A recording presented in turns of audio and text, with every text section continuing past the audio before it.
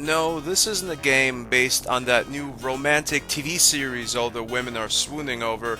This game is based in a post-apocalyptic world where roving gangs of bikers attack you as you go for a Sunday morning drive. It's basically like driving through Detroit. Now, if the concept of this game sounds a lot like Mad Max, it's because this game, as far as I can tell by doing some very basic Wikipedia research, was about to be a Mad Max game, but they just didn't get licensed for whatever reason. If I were to make a baseless assumption, I would assume it's because the game just isn't that good.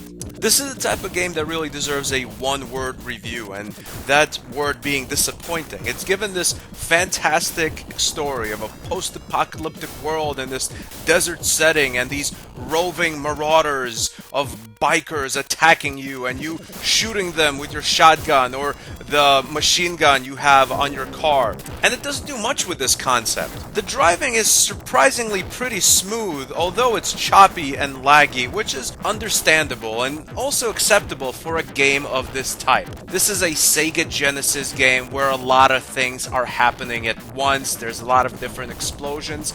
I would expect the game to be a bit laggy, so it's fine. To put it simply, the driving gameplay in Outlander is good.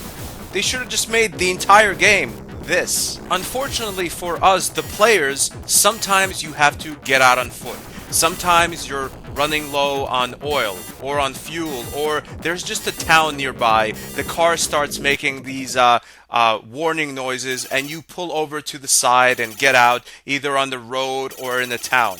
Now in towns, this is where you get new provisions. This is where you pick up some ammo, pick up some fuel, and of course, kill some post-apocalyptic hillbillies. Apparently in the post-apocalyptic future, everyone is from South Carolina. The gameplay in towns is easy because all you have to do is duck and the enemies can't seem to hit you. You don't even need to use your shotgun. You just duck, wait for them to come over and just punch them in the dick. The gameplay in towns is like a mix of sort of Sodan, that Terminator 2 video game, and a pile of excrement. It's just boring and soulless and way too easy to be fun. This is George Michael, The Revenge for the Sega Genesis.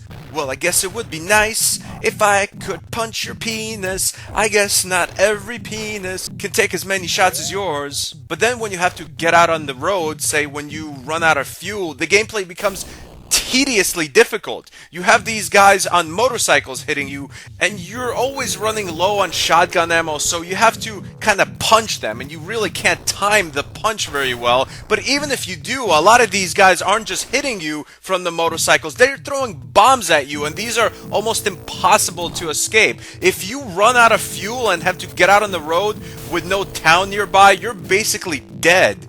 If Outlander made the combat in towns a little harder, and then just got rid of the on-foot combat against motorcycled bandits altogether, this would have been a pretty good game. As it stands right now, it's not. It gets an official stanburdman rating of a 5.5 out of 10. Thanks for watching.